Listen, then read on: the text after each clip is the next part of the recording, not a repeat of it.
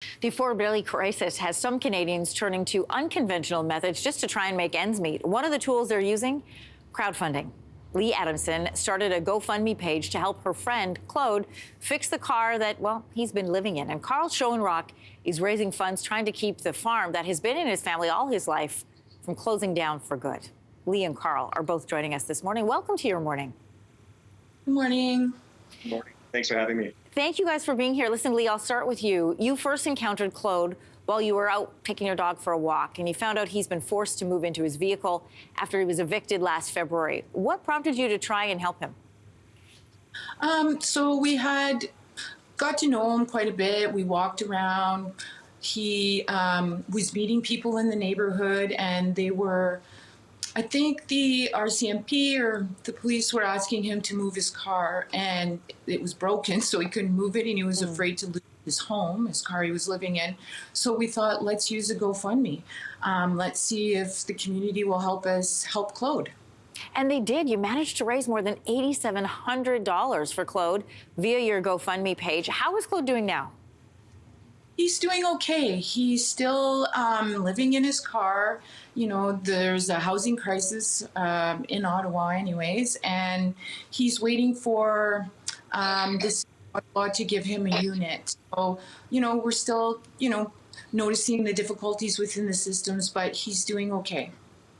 Carl, I want to bring you in on this conversation. Kismet Creek Farm has been in your family your entire life. Your dad, you bought it actually from your dad in 2012. You turned it into a petting farm, an animal sanctuary. It's even an event venue and so much more. How did the pandemic and the affordability crisis we're in right now affect your business?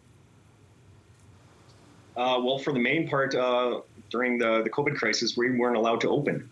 Everything we have here is outside, and for the powers that be, they said, no, it's too close for everybody. So, if you can't open in the middle of summer and, can't get the people in, well, then for sure you're not going to do very well. And then carrying on from there, the interest rates and everything else going up, mortgage going up, everything, feed costs going up. It's been a real struggle, and still trying to bounce back from that. And it just, it's hard. What does the future of your farm look like now? Well, the future looks promising. At the beginning of December, I didn't think we were going to make it to Christmas. And without having my volunteers start a GoFundMe page, I wouldn't have been able to make it through the winter now and get to the good part of spring and summer, which the most part of the funds come in through school trips and through families visiting. So it does look very promising. Carl and Lee, I'll bring you in afterwards. How does it feel for both of you to learn that even through tough times, people are still willing to extend themselves to help others who are in need? Carl, you go ahead. It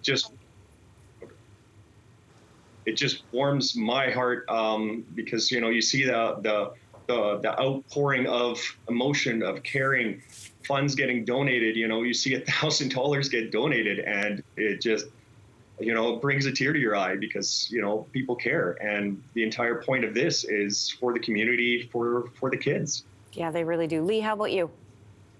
It felt really good. It showed me again that community is important. And the little community that I live in now came together. There was people dropping things off at my house, offering to bring Claude food. So it just reignites that community, and working together and helping each other is important. In today's world, absolutely. I think everybody, there's that sense of empathy that we are all in this together, but it takes that extra step of compassion for people to reach out in the ways that they have to both of you. Lee and Carl, I'm glad to hear things are doing better. Thank you both for coming on Your Morning today. Thank you. Thank you for having me. Hey, thanks for watching. If you liked this, be sure to subscribe here, or you can check out more Your Morning videos right here.